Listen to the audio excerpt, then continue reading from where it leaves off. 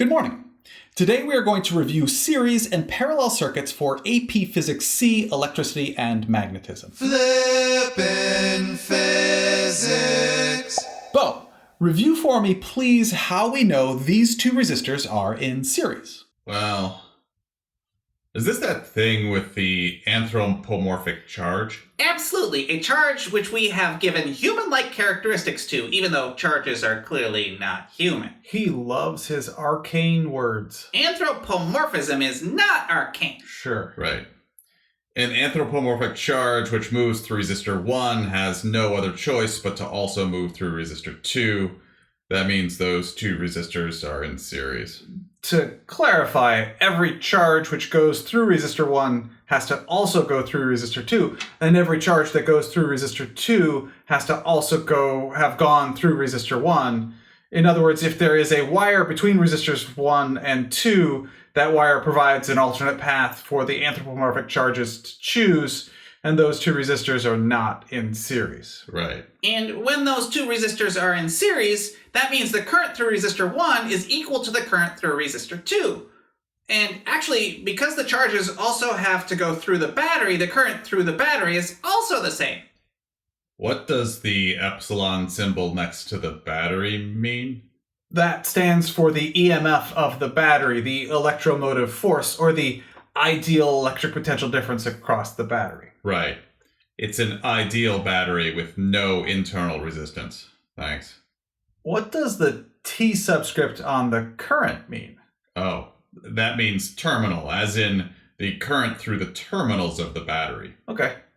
Thanks. You're welcome. Thank you, everybody. You know what? Actually, because identifying when circuit elements are in series can be confusing for students, let's take a moment to put 8 example circuits on the screen. Each circuit has 2 resistors and 1 battery. All 4 circuits on the left side of the screen have 2 resistors in series. All 4 circuits on the right side of the screen have 2 resistors which are not in series. I'm not going to take the time to walk through each one of these examples right now, so if you want to pause the video for a moment to look over them for yourself, feel free to do so.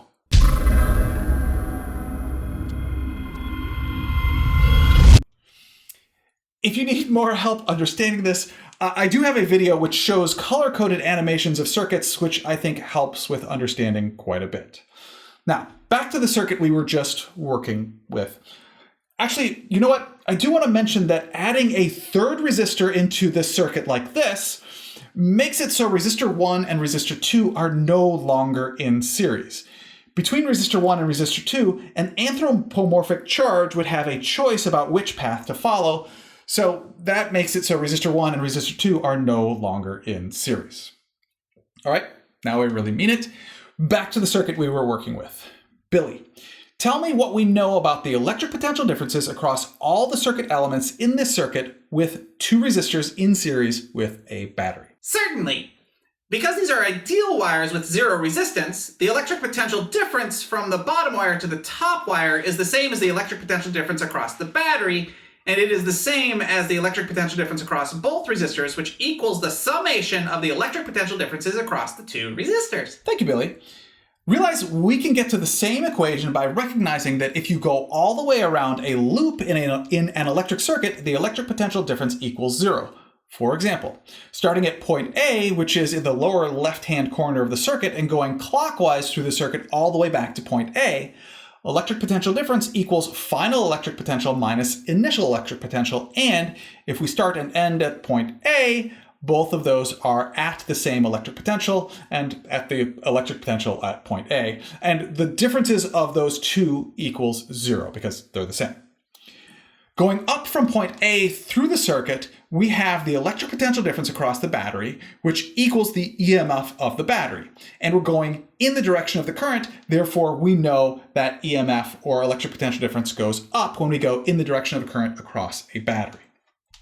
Next, we have the electric potential difference across the 2 resistors. However, we showed last time that when going in the direction of current in a resistor, the electric potential goes down. So we subtract both electric potential differences across the resistors. Moving both of the electric potential differences across the resistors to the other side of the equation gives us the same equation Billy solved for. I like Billy's solution better. Billy's solution only took 57 words to explain. Yours took 236. 57 words is a lot fewer than 236. I'll take 57. I like Mr. P's solution too. Yeah. Either way, they are both correct, so it does not matter to me. Bobby, use Ohm's law with this equation and let's see what happens. Okay, Ohm's law states that electric potential difference equals current times resistance. So we can substitute current times resistance in for each of the electric potential differences in that equation. The subscripts for the two resistors are 1 and 2 for the current through and the resistance of each resistor. For the current through the battery, let's use a subscript of T like you did before for the current through the terminals of the battery. For the resistance of the battery, you said it is an ideal battery, so it has 0 resistance, right? But that doesn't really make sense. Let's use a subscript of EQ for the resistance there. That EQ subscript means equivalent. In other words, the current through the battery times the resistance of one hypothetical resistor, which has a resistance equivalent to the resistance of the two series resistors, equals the EMF across the battery. Again, this is just Ohm's law. Electric potential difference equals current times resistance. It's just that the electric potential difference across the battery, the EMF, has the same magnitude as the electric potential difference across a resistor equivalent to the two series resistors. That makes sense, but All the currents are equal, so everybody brought current to the party.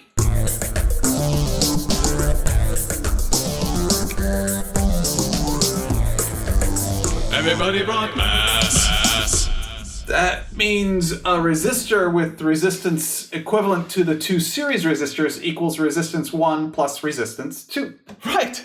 And a more general equation for the equivalent resistance of N, a variable number of resistors in series, equals the summation of the resistances of N, number of resistors.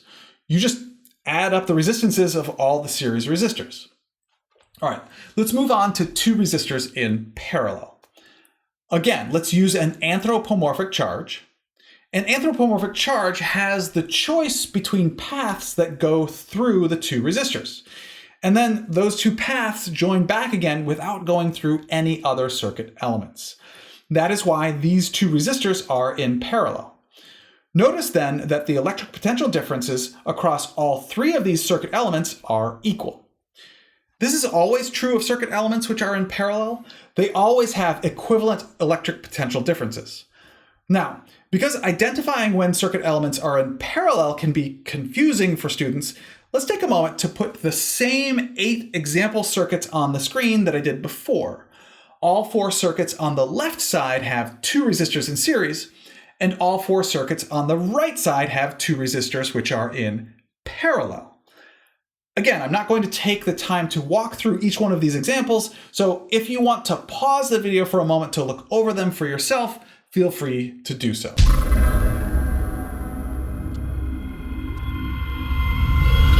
Again, if you need more help understanding this, I do have another video which shows color-coded animations of more circuits, which I think helps with understanding these circuits. Now, back to the circuit we were working with. Billy, use what we know about the 2 junctions in this circuit, which I have labeled A and B, to derive the equation for the equivalent resistance of 2 resistors in parallel. Please. Absolutely. Because conservation of charge states that every charge which goes into a junction will also come out of that junction, the current into a junction equals the current coming out of a junction.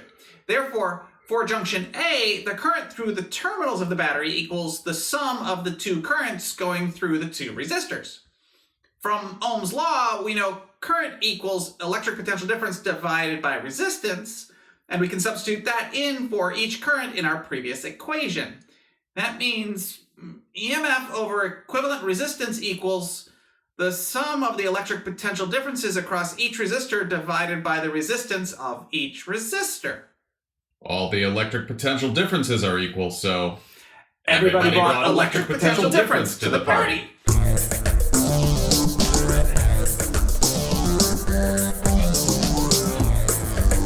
Everybody brought mass. That means one resistor with the equivalent resistance of two resistors in parallel equals the inverse of the sum of the inverses of the resistances of the two parallel resistors. Exactly. And a more general equation for the equivalent resistance of n, a variable number of resistors, in parallel, equals the inverse of the sum of the inverses of the resistances of n numbers of resistors. You just add up the inverses of the resistances of all the parallel resistors and take the inverse of that. Now, looking at the general concept of resistors in series and in parallel, from the equations you can see that when we add resistors in series, the equivalent resistance goes up. And when we add resistors in parallel, the equivalent resistance goes down. Now let's look at two capacitors in parallel. Bo, see what you can do with two capacitors in parallel. Well, those two capacitors are in parallel. Then we know all the electric potential differences are equal in magnitude. Hold up. What happened to the EMF of the battery? Now we have an electric potential difference with a T subscript instead. What is that? That is the terminal voltage. Which is the electric potential difference measured across the terminals of the battery. And whenever the battery is supplying current to a circuit, the terminal voltage is less than the electromotive force, or EMF, of the battery. Because all real batteries have internal resistance, which decreases the voltage measured across the terminals of the battery. Yep. Terminal voltage equals EMF minus current through the battery times the internal resistance of the battery, lowercase r. Which means, as the current through the battery increases, the terminal voltage across the battery decreases. Okay, sure, I remember that now, but why would he switch it from EMF to terminal voltage in the middle of a lecture like this? So we can review. Mr. P never misses an opportunity to do a quick review. No, that does not sound like me. Right. Definitely not. Nope. Anyway, two capacitors in parallel with a battery. All the electric potential differences are the same. Think about the charges moved by the battery to the plates of the capacitors. Sure. Because the charges moved by the battery to the top plates of the capacitor need to go to either capacitor 1 or capacitor 2, the charge moved by the battery to the plates of the capacitors equals the sum of the charges on the capacitors. And now we can use the definition of capacitance. Capacitance equals the magnitude of the charge stored on one of the plates of the capacitor over the electric potential difference across the plates of the capacitor. That means charge equals capacitance times electric potential difference, which we can substitute into the charge equation to get equivalent capacitance times terminal voltage equals the sum of the capacitance of each capacitor times the electric potential difference across each capacitor. And because the electric potential differences are all equal, everybody brought electric potential difference to the party.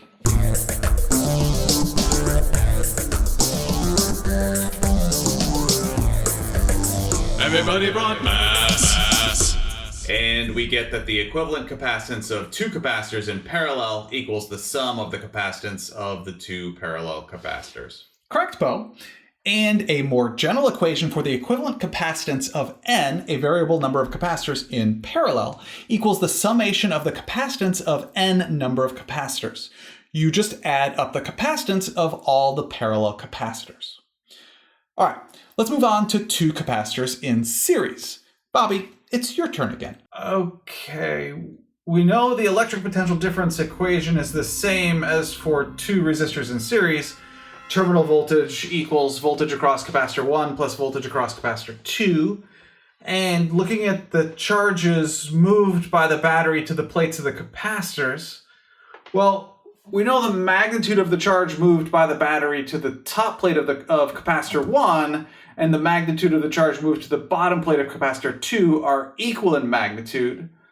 But what happens then? I mean, how would any charge get on the bottom plate of capacitor 1 and the top plate of capacitor 2? Those two plates are connected by a wire, and that whole system is not physically connected to any part of the circuit.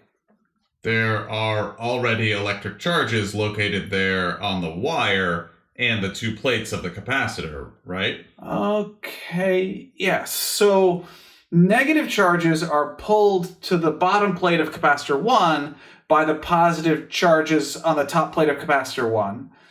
And positive charges are pulled to the top plate of capacitor 2 by the negative charges on the bottom plate of capacitor 2. That's cool. Yeah, that area gets polarized by the top plate of capacitor 1 and the bottom plate of capacitor 2. That is cool. Yeah, and that means that the charges on all the plates of those capacitors are equal in magnitude.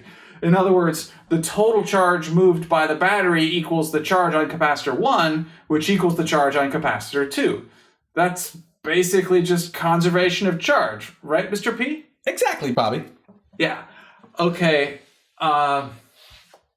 Using the equation for capacitance, we can show the electric potential difference across a capacitor equals the magnitude of the charge on one of the plates of a capacitor over the capacitance of the capacitor. We can substitute that into our electric potential difference equation. All the charges are the same, so everybody brought charge to the party. We are partying a lot today. Yes, we are. I like it. Everybody brought mass. That means one capacitor with an equivalent capacitance of two capacitors in series equals the inverse of the sum of the inverses of the capacitance of the two series capacitors. Perfect, Bobby. Thanks. And a more general equation for the equivalent capacitance of n, a variable number of capacitors in series, equals the inverse of the sum of the inverses of the capacitance of n number of capacitors. You just add up the inverses of the capacitances of all the series capacitors and take the inverse of that. Now, looking at the general concept of capacitors in series and in parallel, from the equations you can see that when we add capacitors in series, the equivalent capacitance goes down, and when we add capacitors in parallel, the equivalent capacitance goes up. Please notice the series and parallel equations for resistors and capacitors are reversed. Now, let's discuss how to use the tools which measure current and electric potential difference, starting with the ammeter, which measures current or number of amps.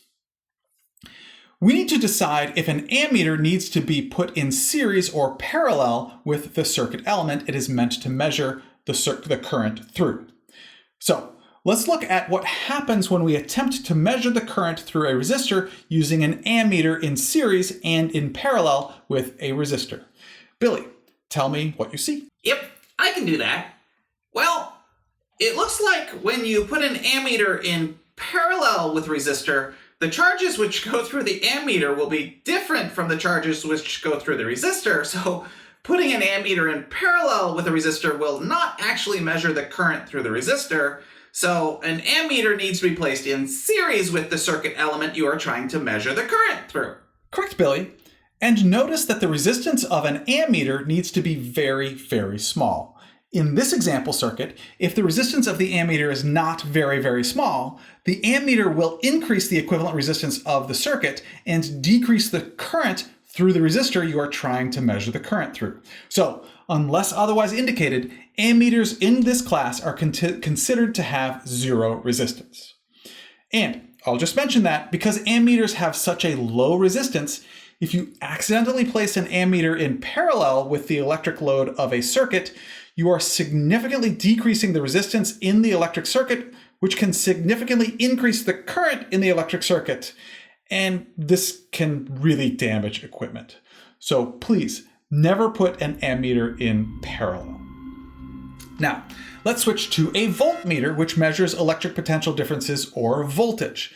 Let's attempt to measure the electric potential difference across a resistor using a voltmeter either in series or in parallel with a resistor. Bo, tell me what you see. Sure. Placing a voltmeter in series with a resistor actually does not measure the voltage across the resistor. I mean, the voltmeter and the resistor would have different electric potential differences, so I guess you have to place a voltmeter in parallel with the circuit element across which you are trying to measure the electric potential difference. Correct, Bo. Also notice that the resistance of a voltmeter needs to be very, very large. In this example circuit, if the resistance of the voltmeter is not very, very large, the voltmeter will provide a parallel path and decrease the equivalent resistance of the circuit. And that will increase the current delivered by the battery, which changes the way this electric circuit behaves. The tools you use to take measurements should not change the circuit you are attempting to measure. So, unless otherwise indicated, voltmeters in this class are considered to have infinite resistance. To review, ammeters measure current, are placed in series with the circuit element you are measuring, and have nearly zero resistance. Voltmeters measure electric potential difference, are placed in parallel with the circuit element you are measuring, and have nearly infinite resistance. Why didn't you just start with that? That table only took you 41 words to say. It took us 461 words to describe all the reasoning behind the table. All we really have to do is memorize the table. Because we have to understand why ammeters are placed in series and why voltmeters are placed in parallel. And we have to understand why ammeters have nearly zero resistance and why voltmeters have nearly infinite resistance. It is the understanding that really matters. Yeah, it is easy to make mistakes when trying to recall memorized facts. You are much less likely to make mistakes when you understand something. I could not agree more. That concludes my review of series and parallel circuits for AP Physics C, Electricity and Magnetism. I was going to review Kirchhoff's rules next time, however, I realized I already have a video which details everything I would have said about Kirchhoff's rules for AP Physics C, Electricity and Magnetism. I've already linked that video in appropriate locations. Please enjoy that video about Kirchhoff's rules, and I'll start working on my video, which will come after that one. That video will be about RC circuits. Thank you very much for learning with me today. I enjoy learning with you.